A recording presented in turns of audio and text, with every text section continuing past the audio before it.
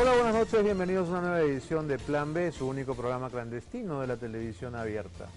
Hoy queremos comenzar con la noticia que está haciendo estallar las redes sociales. El secretario general de Fuerza Popular, Joaquín Ramírez, que había sido objeto de una serie de denuncias periodísticas en los últimos días, ha dado finalmente un paso al costado, ha renunciado, ha tomado licencia, llámenlo como quieran. La cosa es que ya no es más el secretario general de Fuerza Popular, y el anuncio ha sido hecho por el partido, por la propia Keiko, y están enviando este mensaje desde todas las redes sociales de Fuerza Popular. Así que esto, al parecer, es una medida pues de control de daños, ¿no?, ante el remesón que produjo esta denuncia periodística. Esta noche están con nosotros Renzo Reyardo y Charo Zacieta. Gracias por estar aquí. Buenas noches. Buenas noches, Beto. Buenas noches. Para hablar de un tema que nos tiene a todos los peruanos muy preocupados, y es esta nueva y aterradora modalidad de los delincuentes, de los asaltantes armados, de convertir en sus víctimas a los estudiantes universitarios e incluso escolares, menores de edad, que terminan asesinados de la manera más brutal por robarles un celular, por robarles una laptop, y esto ya no tiene cuándo acabar ni parece tener ningún tipo de control. Ese es el tema del que hablaremos hoy, también más adelante con un grupo de estudiantes que han venido al programa. Pero antes quería comentar con nuestros invitados esta decisión de Joaquín Ramírez de dar un paso al costado, a pesar de que al comienzo el partido no parecía tan convencido. ¿Qué piensas de esto, Renzo? Primero, entender que es una denuncia grave, una denuncia propalada en un medio de comunicación que, de ser cierta, porque hay información que aún no se ha podido verificar, pero de ser cierta puede ser lapidaria para la candidatura de Keiko Fujimori. La renuncia de Joaquín Ramírez, creo yo que es una estrategia para, de alguna forma, poner a buen recaudo a la candidata presidencial, pero todo parece indicar, desde mi punto de vista, que habría algo más de por medio. ¿Cuáles podrían ser las razones? Esperemos que no sea así por el bien del país, ¿no? Claro, pero ¿cuáles podrían ser las razones por las cuales el partido o Keiko o el propio Ramírez han esperado 3 días, 3 largos días, en una circunstancia de crisis, para hacer este anuncio que pudo hacerse la noche del domingo? Exactamente. ¿No? ¿Cuáles crees tú que han sido esas razones? Ese gesto inicial hubiera sido bueno. Si es que el domingo Keiko Fujimori salió en un medio de comunicación a dar su versión y a aclarar o esclarecer lo que se estaba denunciando, creo que debió de incluir, por el bien de su organización política, la salida del señor Joaquín Ramírez. Si no lo hizo el mismo día, el mismo domingo, y esto se da después de 3 días, puede ser porque a lo mejor haya algo más que no sabemos los peruanos, que vamos a saber y que de repente nos vamos a enterar próximamente. Reitero, ojalá, por el bien del país, que no sea así. Pero si es así, bueno, la cosa se viene cargada de mucha expectativa, ¿no? Rosario, la denuncia periodística fue por lo demás accidentada, y acá lo hemos dicho, pareció un trabajo inconcluso. La fuente que escogieron no fue categórica, dijo: a mí me contaron que Joaquín, no escuchamos nunca el famoso audio de los 15 millones del que tanto se habló y que pensamos que iba a aparecer en algún momento. Lo que han hecho los denunciantes, tanto de Univisión como de América Televisión, ha sido decir: nosotros no denunciamos a Keiko Fujimori, denunciamos a Joaquín Ramírez. Y ahora, dando este paso al costado, parece darles la razón. Claro, el único hecho cierto es que la DEA, a través de esta señora que salió afuera de las instalaciones, dijo: efectivamente hay una investigación en curso. Pero ni siquiera dijo sobre quién. Investigación en curso. Claro, en la DEA hay siempre una investigación en curso, pero ¿sobre qué y sobre quién? Fíjate, Beto, el hecho que el día domingo haya salido esta denuncia, que el día lunes, digamos, el cogollo del plenario del Comité Ejecutivo Nacional de Fuerza Popular haya salido a defender al señor Joaquín Ramírez a rajatabla, que al día siguiente, ayer, el señor haya dicho que no es de la gentita limeña, que tiene es un cholo con plata, Es un error, ¿no? realmente daba la impresión de que efectivamente había habido un patinazo por parte de algún medio periodístico. Pero que el día de hoy haya esta separación del señor Ramírez, porque hay dos caminos: o renunció 24 horas después de haber dicho que era inocente, o lo renunciaron. Yo tengo Pero que el la hecho- declaración, si la cámara que está aquí a mi lado me ayuda. Keiko Fujimori, 2 puntos. Joaquín Ramírez da un paso al costado de Fuerza Popular. Comunicó su decisión a la lideresa Keiko Fujimori a través de una carta. Y lo único que dice es una nota de párrafo único, porque es una información en desarrollo. Es: la candidata presidencial Keiko Fujimori anunció que el congresista Joaquín Ramírez, secretario general de Fuerza Popular, dio un paso al costado del partido fujimorista mientras se absuelvan las acusaciones que lo involucran en lavado de activos que se encontrarían en la DEA. ¿Sabes qué? Yo lo que pienso ya es que viene algo más. Que la denuncia tiene segunda parte. Tiene una segunda parte. Esa es la intuición, no puede estar equivocada. Y es por eso que quizás el ex secretario general nacional del partido ha dicho, me voy, o que Keiko haya dicho, ¿sabes qué, hijito? Te vas con lo que me acabo de enterar, chao. O puede que no se hayan enterado de nada, y puede que tampoco haya una segunda parte, y que más bien se hayan enterado de unas nuevas encuestas. De repente, después del domingo, hay algún efecto secundario, ¿no es verdad? Secundario, algún cambio, ¿no? Y hay que controlar Las ese tendencias. daño. Eso es cierto, y eso puede ser que lo estoy midiendo también. Pero yo tengo una especulación en torno a todo esto. Si realmente la denuncia periodística no tiene la contundencia debida, en el sentido de que haya una segunda parte que aclare más el panorama, porque lo propalado hasta este momento es algo que todavía nos deja Es confuso. en el aire, es confuso. Si no hay una segunda parte, si no hay algo concluyente en una segunda etapa tal vez, yo creo que estamos ante la próxima presidenta del Perú, que es Keiko Fujimori. Es decir, ¿Tú crees que si no redondean la denuncia, le han hecho un favor? un favor. Le Un han favor levantado. Por la inmenso, por la victimización. victimización famosa que aquí en el Perú prospera. Funciona muy bien, Funciona ¿no? muy bien. Si es que es contundente la denuncia y viene una segunda etapa, definitivamente estaríamos ante una situación crítica para el fujimorismo, ¿no? Ahora, hay una cuestión acá que es fundamental, y ambos han hecho o hacen televisión. O sea que más o menos saben de qué estamos hablando. La persona presentada como un informante de la DEA, obviamente no tiene un carnet, no tiene un certificado que diga yo soy. Exacto. Él dice yo soy y me tienen que creer porque yo digo que yo soy informante. Además siempre se manejan anonimatos Por eso. y sí, La única, códigos. digamos, el único indicio que tenemos de que él es informante es que él lo dice. Sí. Y la única información que tenemos sobre Joaquín Ramírez también es la que él dice, salvo una foto posando delante de una fachada o delante de un avión.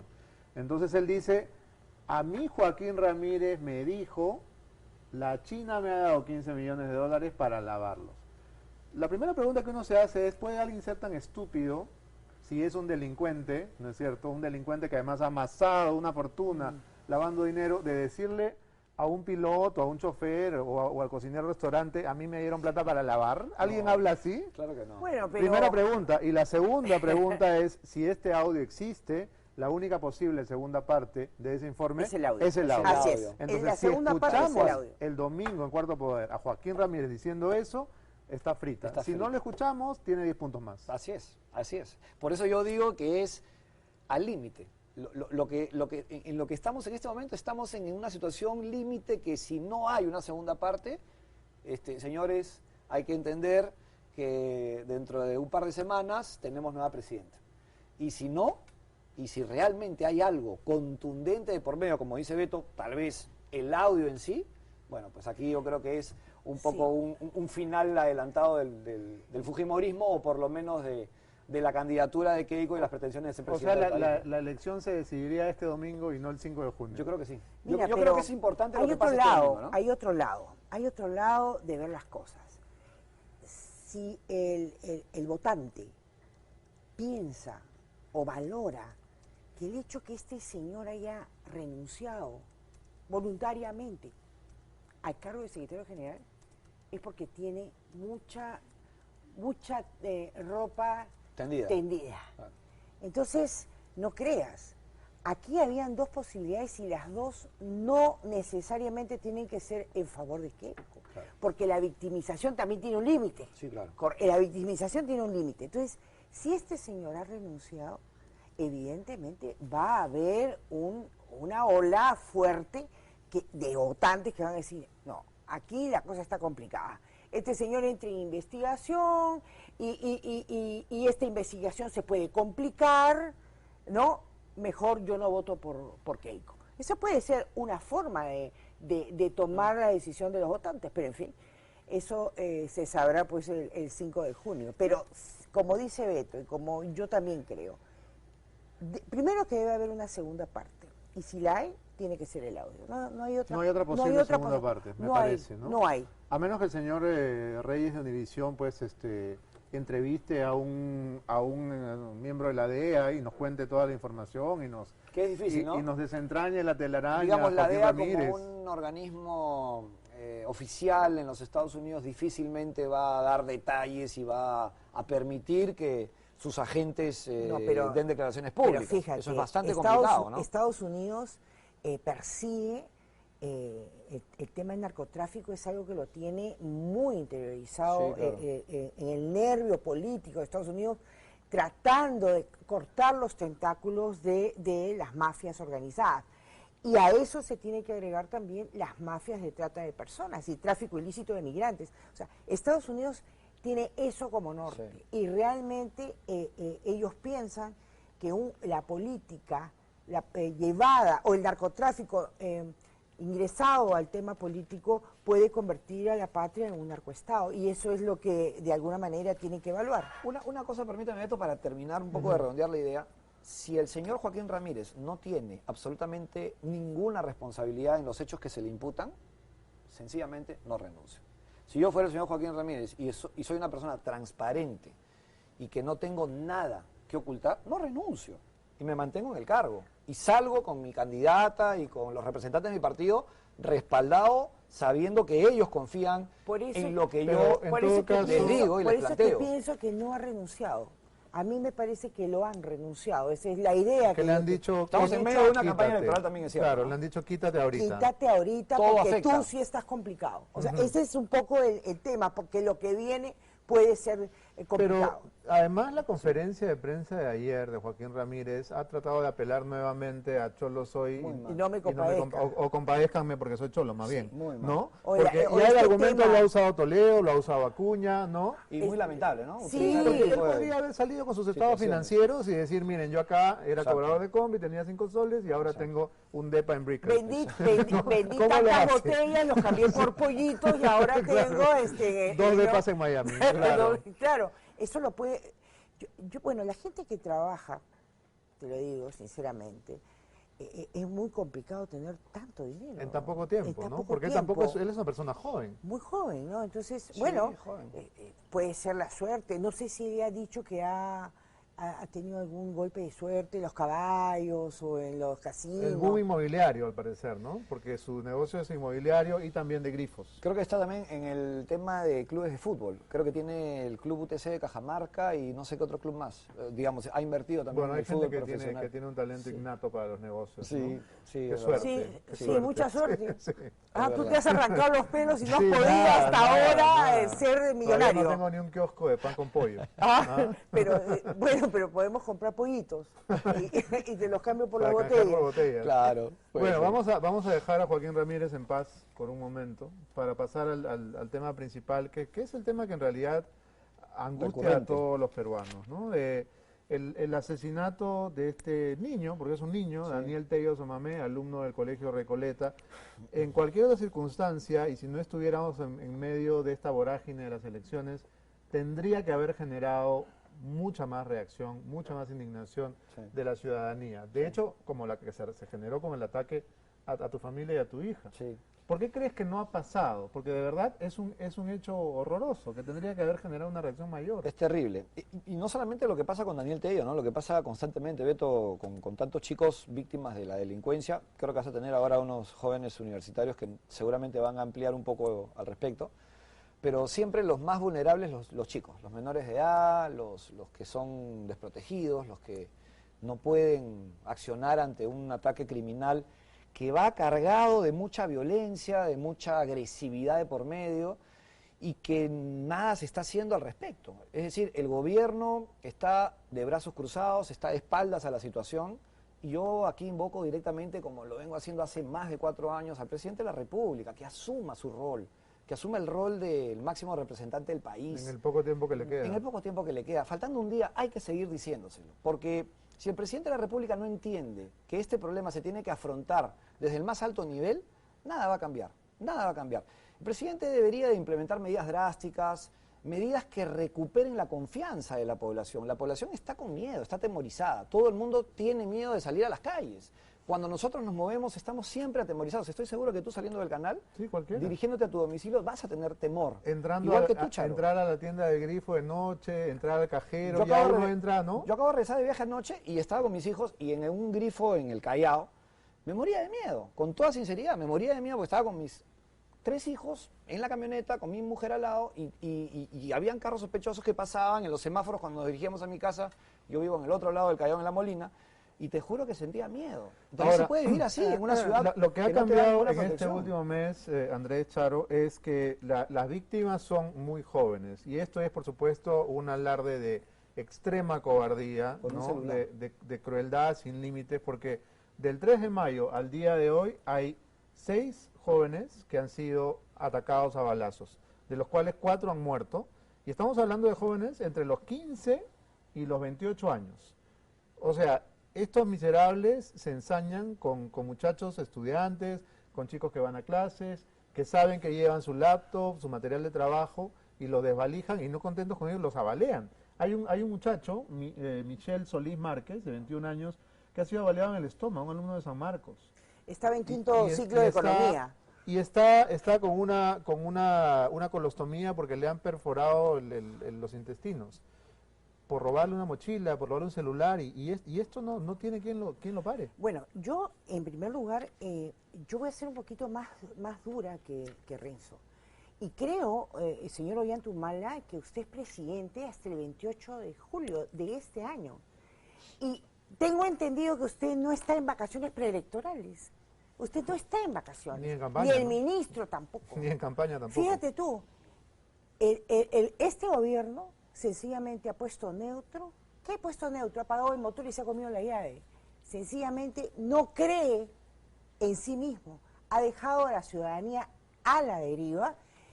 Y después conversaremos en algún momento que no solamente son los estudiantes, chicos que son la Niños. esperanza de sus padres, que van a San Marcos, que van a la Villarreal, que están estudiando, Que están en el colegio. que están en el colegio y que salen. Este niñito que lo asesinaron de 17 años porque salía a casa de sus abuelos, Daniel Tello. Daniel, ¿verdad? Entonces, ya basta de indignación. Yo creo que el ministro Pérez Guadalupe tiene una responsabilidad al respecto. Y usted no me diga, ministro, que no lo he conversado personalmente con usted. Hay un reglamento, por ejemplo, de la ley de armas de fuego que todavía no sale. Y no sale hace 8 meses. Es una ley de vanguardia que lo ha hecho este Congreso y que sencillamente no les da la gana en el Ministerio del Interior a reglamentarlo. ¿Por qué? Porque quieren cometer un legicidio, quieren anular esa ley a través de una serie de artículos. Pero usted me prometió a mí en noviembre, en diciembre, que las personas que usaban armas de fuego, los ciudadanos, podían tener sus armas y usarlas. Pues hasta ahora no hay reglamento. Y sin embargo los delincuentes utilizan armas ¿de dónde? ¿De quién? ¿No son acaso de largo alcance? ¿No son armas que son alquiladas No, armas de guerra. por malos elementos de las Fuerzas Armadas o de la policía? No solamente armas, granadas. Granadas. Entonces, esto es una realidad que le va a explotar en la cara. Y usted, señor ministro Pérez Guadalupe, tiene la inmensa responsabilidad de exigirle al ministro de Economía presupuesto. Yo no sé qué usted qué va a hacer, pero ya, mire, te voy a dar un ejemplo, ¿ya? Olvídate que no hay capacidad para que las comisarías funcionen. Este sábado, domingo y lunes, 3 días a través del Twitter, he tenido contacto con 4 casos de niños violados. 2 en una casa de Villa Los Reyes, en Ventanilla, 1 en Chorrillos y otro en Mi Perú. En el caso de los 2 de Villa Los Reyes, ¿sabes lo que dijo el comisario cuando fueron los vecinos? que vayan el lunes, porque él estudia el domingo. Ese es un comisario que debería estar en Los Reyes. ¿Ese es un comisario?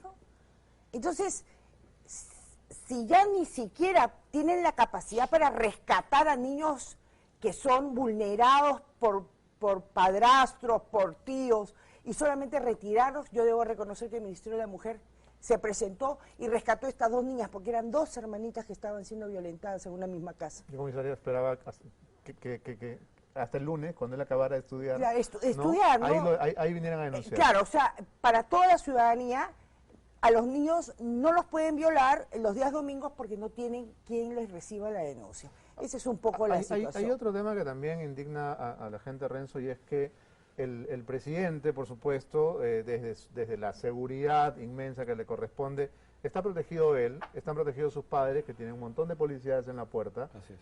Y él mismo, además, solicitó, y lo recordarás, la modificación del decreto supremo para que su familia tuviera seguridad y protección, Por incluso siempre. después, ¿no? Sí, sí. O sea, vitalicia. Sí, sí, lo cual es un error, no hay un exceso. Claro, o sea, él está preocupado por su familia, pero todos los demás también estamos preocupados por nuestra familia. Y es que el presidente es el jefe de toda esta familia que se llama Perú.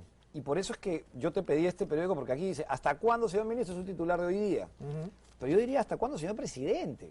Porque fíjate, la seguridad es multisectorial y multicausal. No solamente tiene que ver con el sector interior, eso es una parte importante. Ministerio de la Mujer, por ejemplo. Tiene que ver con el presidente no era la cabeza del Consejo de Seguridad. Y declinó, Ciudadana. y eso es lo que más ¿Cuánto duró el bronca consejo? da. 2 semanas.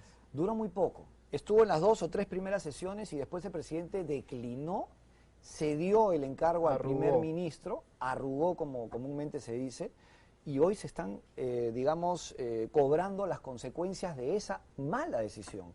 Y el presidente tuvo una brillante oportunidad que a través del Consejo Nacional de Seguridad Ciudadana, que es un consejo de Estado. ¿Quiénes integraban ese consejo? Hagamos un poco de acuerdo. De nostalgia, digamos. Yo fui miembro de ese consejo porque fui presidente de la Comisión de Seguridad Ciudadana del Parlamento en aquel momento, hace casi 5 años, y ahora vuelvo a ser presidente, por lo menos ahora, ninguna convocatoria he tenido para asistir a estas sesiones. Estaba el presidente del Poder Judicial, el fiscal de la Nación, el presidente del Congreso, el ministro del Interior, los representantes o gobernadores, en ese momento presidentes regionales de las ciudades más convulsionadas, estaba la ciudad de Arequipa, estaba el Callao, estaba la ciudad de Lima, estaba también la ministra o el ministro de Educación de aquel entonces. En fin, había una representación importante y significativa de autoridades y todos liderados por el presidente de la República, que era el presidente del CONASEC. 2 semanas. El presidente desistió, dijo, dos semanas. Para la foto. 2 entonces, semanas. ¿qué pasa ante una situación así? No hay reuniones, no van los máximos representantes, mandan a funcionarios de tercer nivel y no se toman decisiones. Tenemos que hacer una pausa. El liderazgo, cuando arriba flojea, claro, todo se desarma. todo se desarma. Tenemos que hacer una pequeña pausa, pero vamos a seguir conversando con ustedes. Ya regresamos, es Plan B. Me toca a mí ahora. Dale.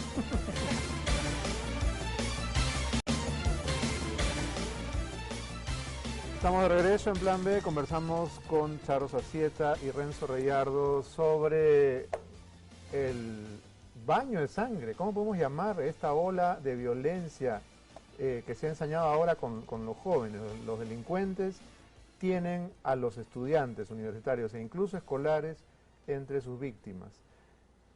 ¿Qué se le puede plantear que no se haya planteado ya al ministro Pérez Guadalupe, que debe ser el personaje del año? Mira, aquí yo creo que tus televidentes tienen que conocer que acá el ministro de Economía tiene una labor fundamental, segura.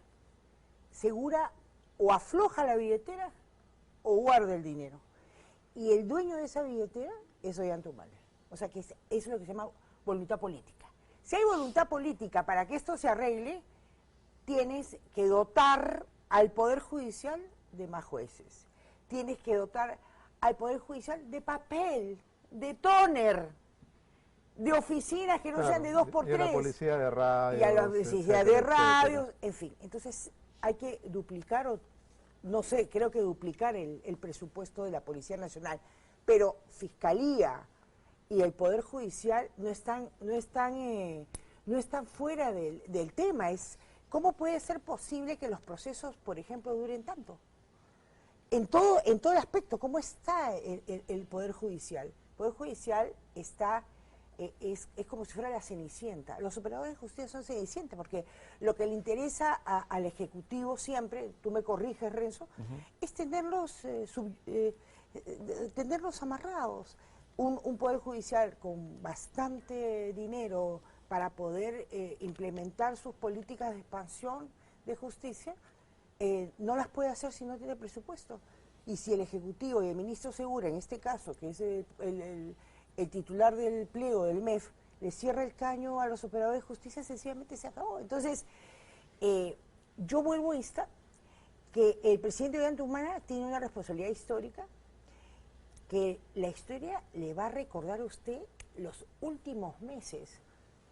Si usted tiene el pantalón bien ajustado de cinturón, para ver y salga a la calle y vea cómo las madres se mueren de miedo de llevar a sus hijos a la universidad, cómo los niños no pueden caminar en la calle, cómo las mujeres no pueden caminar tampoco en la calle. Claro, yo creo que más bien el presidente Ollanta Humala tiene una irresponsabilidad histórica, porque ¿Y qué nunca he hemos dicho yo nunca hemos estado en el nivel de inseguridad Nunca. Y de terror en De que vivimos, ¿no? salvo en la época de Sendero Luminoso. Sí. Yo no recuerdo muy otra parecido, época en la a cual esa se haya época. asesinado gente a balazos en la calle. Sí. Nunca. Y no hay a quién correr, a quién acudir. No hay a quién acudir porque, es más, recordarás estos 8 delincuentes en 4 motos en el barrio chino. Sí, claro. ¿Dónde estaban los policías?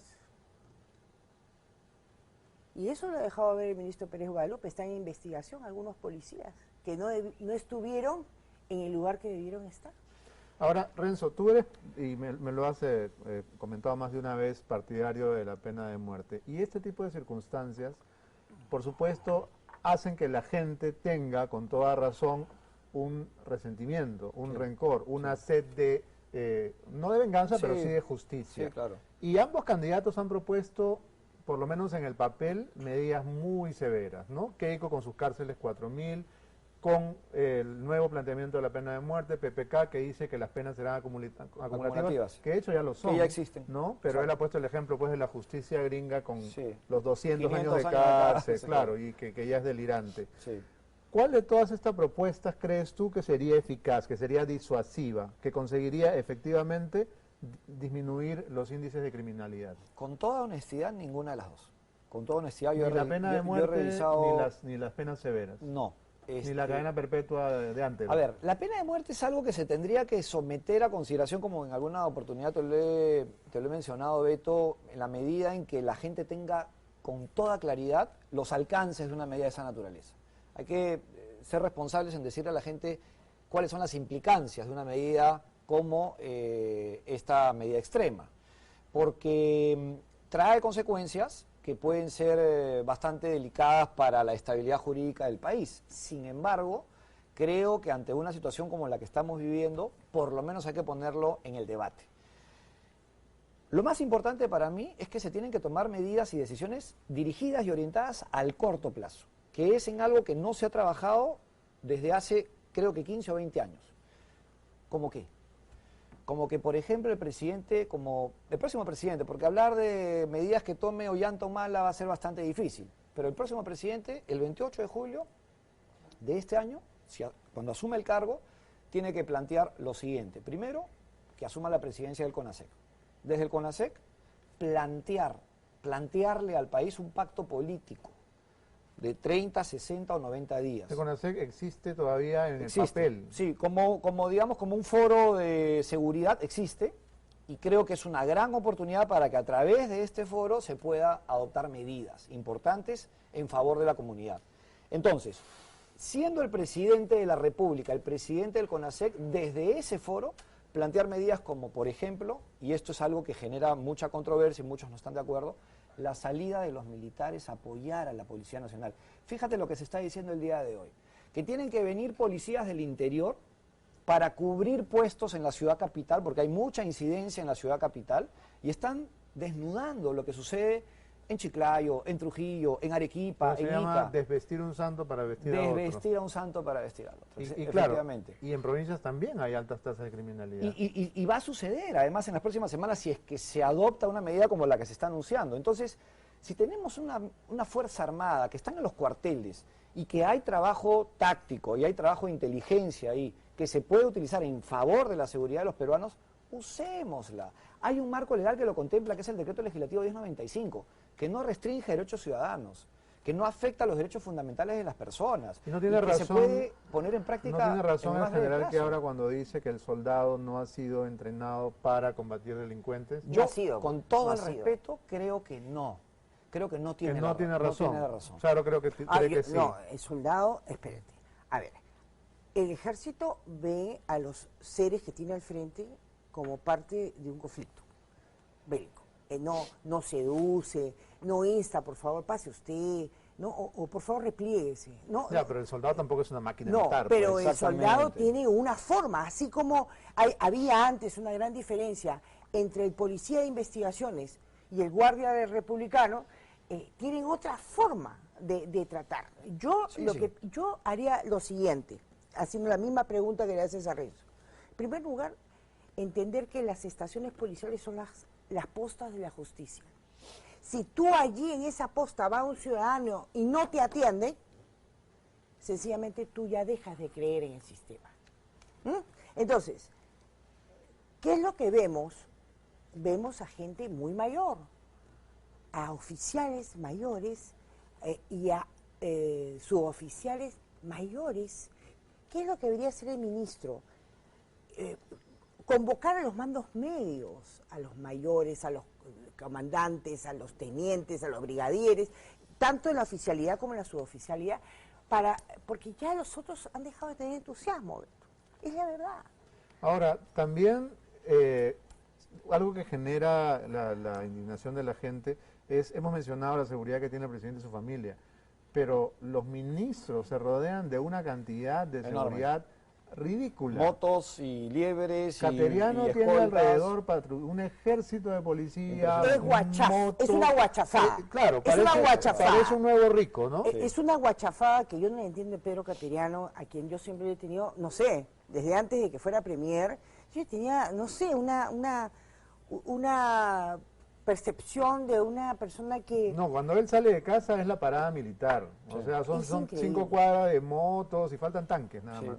Ahora, mira, el tema del contingente policial y la cantidad de efectivos policiales que tienen que haber en las ciudades es un tema en el que hay que trabajar arduamente. Pero también existen mecanismos tecnológicos que nos pueden ayudar y mucho, como las cámaras de videovigilancia, por ejemplo. Entonces, para ese ¿Qué tema... sería de tu programa sin esas cámaras? ¿Qué sería de alto al crimen? No, pues, pero las cámaras de Cherry. videovigilancia, Pero, lo que hacen, Charo, registran, discúlpame, cuando Renzo, ya pasó. claro, el post. No, pero- Lo que hay que hacer es articular a la policía con los barrios, Pero, Charo, con las escúchame. pequeñas ciudades, Estoy con de el acuerdo. serenazgo. Pero escúchame, Charito. Sirve para identificar. Exactamente. Claro. Y sobre todo para hacer un trabajo preventivo. No tenemos que esperar que pase algo para actuar. Lo que hay que hacer es darle a la ciudadanía las herramientas que la ciudadanía necesita para que no haya la actividad delictiva que hay en este momento. Entonces, si tú le pones ojos vigilantes a la ciudad, si pones a los policías en determinadas zonas, si pones a los militares para custodiar las instalaciones estratégicas del Estado, y si realmente haces un trabajo integrado, Ministerio Público, Poder Judicial, con decisión gubernamental de la más alta autoridad, Pero el va Poder, a funcionar Poder el sistema. Judicial lo El tema es que suelta. no ¿Por funciona. qué? ¿Por qué lo suelta? Ese es el tema. O sea, empezamos con la Cámara de Vigilancia cuando ya pasó, pero al final es el Poder Judicial. Te voy a dar un ejemplo. El que sentencia. Yo no quiero dejar de pasar el tema de las mujeres y los niños en la seguridad ciudadana. No se tiene la concepción de que la seguridad ciudadana para las mujeres y para los niños tiene otra connotación. Seguro. Es de la puerta de la casa para adentro. Ahí nos matan, ahí los pegan, ahí los violan. Mujeres en bolsas negras llevadas a la morgue. Y bueno, ¿y qué vamos a hacer, presidente de la República? ¿Qué vamos a hacer? ¿Cuántos más feminicidios tiene que haber para que le revienten en la cara y usted se mueva? Porque tiene que moverse hasta el 28 de julio. Si yo pudiera, o Renzo pudiera tener esa banda, le aseguro, o Beto, o cualquier ciudadano, no tendría las horas, los días 25 horas. Pero usted no está en vacaciones.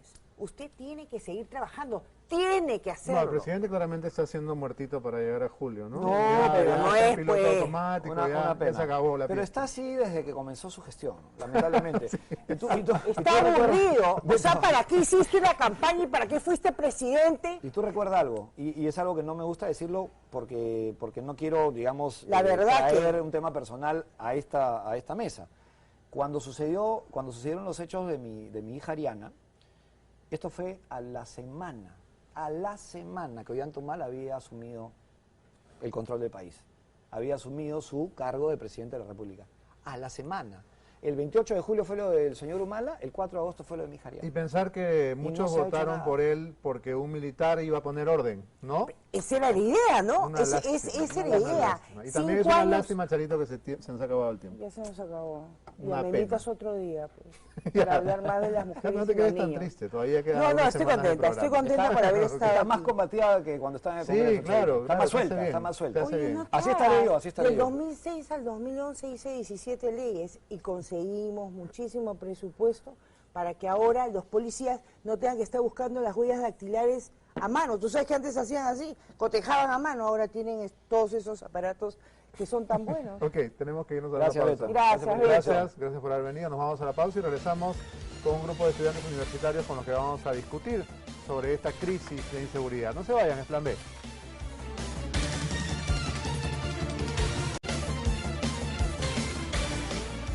Estamos de regreso en Plan B, seguimos discutiendo el tema de la inseguridad ciudadana que cada día empeora más y que ahora tiene como víctimas a los estudiantes, no solo universitarios, sino también incluso escolares. Ahora vamos a conversar con dos estudiantes de San Marcos, ellos son Ángela Canto, estudiante de Letras, y Jonathan Chaiña, estudiante de Economía, ambos de la Universidad Nacional Mayor de San Marcos. Buenas noches, gracias por venir No, usted por la a invitación. Plan B. Ambos, entiendo, han sido víctimas de robos, de ataques de estos delincuentes y de hecho pueden dar fe de que esto no es un hecho aislado, de que esto ya es una práctica común y de que incluso hay modalidades que ustedes ya tienen identificadas Sí, por supuesto. alrededor de la universidad. Cuéntanos Claro. esto, Ángela. Bueno, para empezar, decirle a la opinión pública que este no es un tema coyuntural, no es un tema de 1 o 2 meses y que inicia por, lamentablemente, el asesinato de 5 jóvenes últimamente y la herida a otro joven que está en el hospital. Esto es un tema de hace muchos años atrás. Yo llevo 5 años en San Marcos, soy ingresante del 2012 y desde que ingresé, el problema de los robos fuera de San Marcos y dentro de San Marcos son constantes, cada mes. Un pequeño ejemplo. En el año 2014, en noviembre, un joven fue capturado por robar una maleta a un estudiante de la Facultad de Economía. Este mismo joven fue capturado por los estudiantes y fue llevado a una comisaría. No se supo más, lo dejaron libre. En mayo del año 2015, o sea, el año pasado, este mismo joven llamado Dustin Rojas regresó a San Marcos, no sé cómo entró, y volvió a revisar las mochilas de los estudiantes que estaban jugando fútbol en el gimnasio de San Marcos. Uno se pregunta, 2 veces entrando un mismo ladrón a San Marcos. Ahora, este tema de inseguridad también pasa fuera de San Marcos. Zonas específicas, Universitaria, Venezuela, Colonial, Amezaga y las zonas aledañas. O sea, que Todos ya se esos tiene puntos, un mapa del delito en la universidad. todo un mapa bien registrado. Todos los alrededores de San Marcos son focos infecciosos de inseguridad. Y esto pasa además en todas las universidades, porque de hecho, recordemos meses atrás, la cafetería de la Universidad Católica fue asaltada por tipos armados, ¿no? Y mire que la Católica tiene un sistema de seguridad electrónico muy interesante Y aún así. y San Marcos no lo tiene, la decide de las autoridades internas. En el caso tuyo, Jonathan, ¿qué fue lo que te ocurrió? Sí, bueno, lamentablemente hemos llegado a una situación en la que nosotros deberíamos, los delincuentes son los que deberían de tener miedo, no nosotros. Ahí hemos llegado a la situación en que nosotros tenemos miedo y ellos delincuentes se ríen en nuestra cara. Lamentablemente la inseguridad ha crecido exponencialmente en este gobierno. Específicamente en mi caso, a mí me asaltaron cerca a 2 cuadras de San Marcos cuando 3 delincuentes se subieron en la avenida Colonial como Universitaria. Y cerca de San Marcos, en la avenida Aurelio García García. ¿Tú estabas en una unidad de transporte Sí, público? exactamente. ¿Qué Estaba en tipo de unidad unidad? transporte era una Custer. Ujú. Era una Custer. Me dirigía de norte hacia la ciudad universitaria. Bueno, 3 se subieron a la Custer como pasajeros.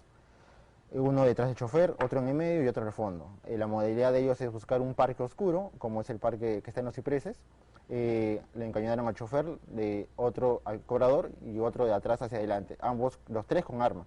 Y obviamente uno se siente impotente, ¿no? Ante un arma, no poder hacer nada. Desvalijaron a todos. Desvalijaron a todos. ¿Qué te quitaron? A mí me quitaron mi celular y dinero en efectivo. A los que se oponían, obviamente, le golpeaban con la cacha de la pistola en la cabeza, a la señorita su cartera. Obviamente no todos reaccionan de la misma manera, ¿no? Ante esta situación.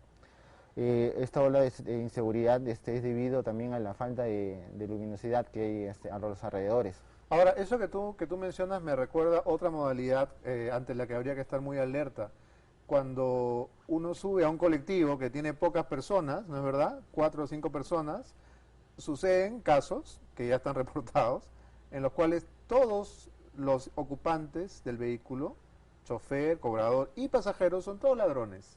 Y usted es el único que la única víctima que va a subir ahí a ese nido de lobos, ¿no? Y esto también lo hacen. Sí, y está dentro de esa, y está en San Marcos. Por ejemplo, ¿En San Marcos ocurre eso? Por supuesto. Fuera de la puerta 3, exactamente todos los carros van en dirección a Lima Norte. Absolutamente todos los carros. Exactamente en el semáforo fuera de la puerta 3 hay un montón de colectivos que van a Comas. Estos colectivos no hay ninguna seguridad, un serenazgo, una policía que resguarde o vea que en verdad sean taxis o colectivos. No tiene ningún control, por supuesto. Ahora, fuera de la puerta 2 de San Marcos hay muchos jaladores. Estos chicos jaladores, desde mi punto de vista, porque los he visto, son drogadictos, están tomados, son gente obviamente, claro. Exacto, y son muy malcriados. Y obviamente son ladrones porque ya han sucedido casos que las chicas voltean y les faltan el respeto, les gritan improperios y aún así están ahí sin resguardo policial, sin ese serenazgo. Personalmente, contando el caso de que yo fui víctima de robo, entre la puerta 3 de San Marcos y la puerta 2 hay una calle, no recuerdo muy bien cuál es el nombre, pero de noche no hay mucha iluminación. Yo estaba a las 5 de la tarde ahí, un joven me arrancó la cartera, se llevó mi laptop, mi tarjeta de crédito, mi DNI, mi tarjeta de la universidad, no lo pude recuperar porque se fueron en moto. Ahora, mi desidia de no denunciar eso. ¿Por qué no denuncio? Porque sé que ¿por qué no lo denuncio? No lo hice en primer lugar porque no sabía dónde. No conocía la comisaría de la unidad vecinal número 3 y el segundo motivo era porque sabía que no iba a conseguir nada con eso. Esta es una sensación ya de derrota que compartimos los ciudadanos, es decir, esta idea de decir, ¿para qué voy a denunciar si no voy a recuperar nada, si no voy a ganar nada? Sí. Y esto mismo que tú dices, lo dice el padre de este joven asesinado, ¿no? Que dice que tampoco va a poner ninguna denuncia porque ya no tiene remedio. Y creo que al final esto juega a favor de la delincuencia. Sí. Porque mal que bien, yo creo que es importante denunciar. Sí, sí, es importante denunciar. Pero también tendríamos que ver qué es lo que está fallando dentro de las autoridades pertinentes que tendrían que tomar cartas en el asunto. Nosotros como sanmarquinos estamos informados de las personas o instituciones que deberían estar resguardando, al menos no solamente de San Marcos, sino todo Lima. La Municipalidad de Lima, a través de la Gerencia Municipal, a través de la Gerencia de Seguridad Ciudadana, el Ministerio del Interior con todas las funciones que tiene, el mismo Presidente de la República. Y lamentablemente estamos en un estado de la falta de principio de autoridad. Dios mío, o sea, el presidente no quiere gobernar en temas de materia de seguridad. Le tira la pelota al ministro, el ministro le tira la pelota a la Municipalidad de Lima, entonces eso crea más impunidad y mucha más inseguridad. Queremos que la opinión pública, menos de mi punto de vista de alumnos, dar otro ejemplo. El año pasado, en julio, los estudiantes sanmarquinos en la puerta 2 de San Marcos capturaron a una pareja de ladrones que se dedicaban a arranchar mochilas. Estos jóvenes lamentablemente fueron liberados. ¿Por qué? Porque no estaba el serenazgo ni la policía para llevarlos a la comisaría. Ese mismo mes, hablo del mes de julio de 2015, salió el gerente de Seguridad Ciudadana de la Municipalidad Metropolitana de Lima, el señor Abdul Miranda, con nuestro amigo Santiago, quien es representante de Denuncia San Marcos de la página, a decir a la opinión pública a nivel nacional de que va a resguardar San Marcos, de que van a poner seguridad, policía y serenazgos. Eso, Beto, duró 1 semana y media, 2 semanas, no más. Y después la coyuntura pasó, ya no hay cámaras y todos se fueron. Y lamentablemente nosotros vivimos en la zozobra de que eso vuelva a suceder ahora en San Marcos. Sale el ministro del Interior, hoy tuvimos una entrevista bastante temprano, él llegó, como usted lo ha mencionado, con mucha seguridad, subieron con doble seguridad, muy tranquilo. Mientras nosotros estamos con zozobras a salir de San Marcos con nuestra mochila así para que nada nos pase. Llega y dice algo para mí muy gracioso, que la delincuencia está mucho más violenta últimamente. Colón, por supuesto, ¿no? Entonces yo le hacía la pregunta cuando salía de la entrevista, si usted sabe o ha visorado de que la delincuencia está más violenta, ¿por qué no hizo un plan de contingencia antes de que se ponga más violenta? ¿Qué pasó? Y me mira y me dice, sí, pues tienes razón. Y no le queda otra que acentuarlo, ¿no? Ahora, Jonathan, si esto pasa hace años y si ya ustedes tienen prácticamente identificadas las zonas críticas, saben en qué esquina, en qué paradero les van a robar, ¿cómo es posible que, para empezar, las autoridades universitarias no les brinden un apoyo, por lo menos para que si no hay policía, haya algún tipo de seguridad privada, una brigada, no sé, alguna manera de enfrentar esta amenaza? Sí, bueno, este problema es un problema multisectorial, ¿no? Bien, tenemos la desidia de las autoridades, por ejemplo, actualmente la vida vale un celular para los delincuentes, pero la vida no vale eso, ¿no? Y este problema radica también que en el primer trimestre del año las operadoras telefónicas han reportado 500.000 de robos de celulares. Y a pesar de que hay una ley que prohíbe la reactivación de los celulares, esto es letra muerta, porque Obsiptel como organismo regulador debería pronunciarse al respecto, deberían haber operativos, porque ustedes, como pueden saber, en cada mercado encuentran, se reparan celulares. Bueno, eso que estás mencionando yo creo que es un tema clave, que no se lo he escuchado mencionar a ningún experto de seguridad, ¿no? Y es que mientras haya mercados negros donde los delincuentes puedan vender los celulares, las laptops que roban en sus fechorías diarias, pues claro, sí, siempre van a seguir robando porque siempre existe una demanda. El día que el que vende un celular robado se vaya a la cárcel, ¿no? Y estos mercados del Hueco, Amazonas, etcétera, se cierren, entonces vamos a hablar de un freno a la criminalidad. Sí, todo lo que les quitan a ustedes lo venden, sí, ¿no? Y muchas veces hay gente que va a comprar, ¿no? a Malvinas un celular que está literalmente manchado de sangre. Y lo desbloquean rápido. Claro. Y eso es el Perú, pues, ¿no? La informalidad, sí, y el recurso. Eso tiene que parar también. Sí, actualmente los universitarios tenemos smartphone, tablet, laptop, no por lujo, sino por necesidad, porque es una herramienta. Y eso lo saben los delincuentes, y eso aprovechan, por eso que nosotros somos vulnerables ante eso. ¿Qué está esperando a las autoridades, o que han esperado a las autoridades? Se esperó mucho de este gobierno, que se pensó que a través de un comandante las cosas iban a cambiar, pero ha crecido. Vaya decepción, ¿no? Vaya, mucha decepción, en verdad. Ahora, para muchos de ustedes, y de hecho para los estudiantes que con tanto esfuerzo intentan culminar una carrera, sí, que le roben una laptop es una tragedia. Por supuesto, por supuesto. Entonces es el fin de la carrera casi, claro, ¿no? Porque primero que para conseguirla cuesta mucho trabajo, y segundo que toda tu información, todos tus trabajos, todos tus archivos se van ahí. Por supuesto. Beto, en realidad lo que nosotros queremos como estudiante, y estamos precisamente acá gracias a tu invitación para poder hablar, es empoderar, exigir y obviamente casi obligar a las autoridades pertinentes, como ya lo he mencionado, cada una de las instancias, que tomen cartas en el asunto. A veces me pongo a leer el reglamento de organización y funciones de la Municipalidad Metropolitana y digo, ellos tienen completamente injerencia, incluso de poder organizar con las municipalidades aledañas, Pueblo Libre, San Miguel, para que puedan brindar una seguridad pertinente a San Marcos, a Lima. Me pongo a pensar en el Ministerio del Interior, y tiene las funciones de formular, dirigir, ejecutar, monitorear, supervisar y evaluar la política pública, planes, programas, proyectos de Estado, lo que tenga que ver en prevención, investigación y lucha contra el delito. Y seguridad ciudadana. Sí, no lo hice porque estuvo hablando sobre 24x24 y decir que bueno, la policía también brinda su vida para eso, pero es por el cual se le paga a la policía, y ellos deberían darnos seguridad a nosotros, y usualmente no se le da. Mientras ustedes y yo conversamos, hay televidentes en todo el país que están poniendo un sinnúmero de ejemplos de cosas parecidas que le pasan a sus hijos.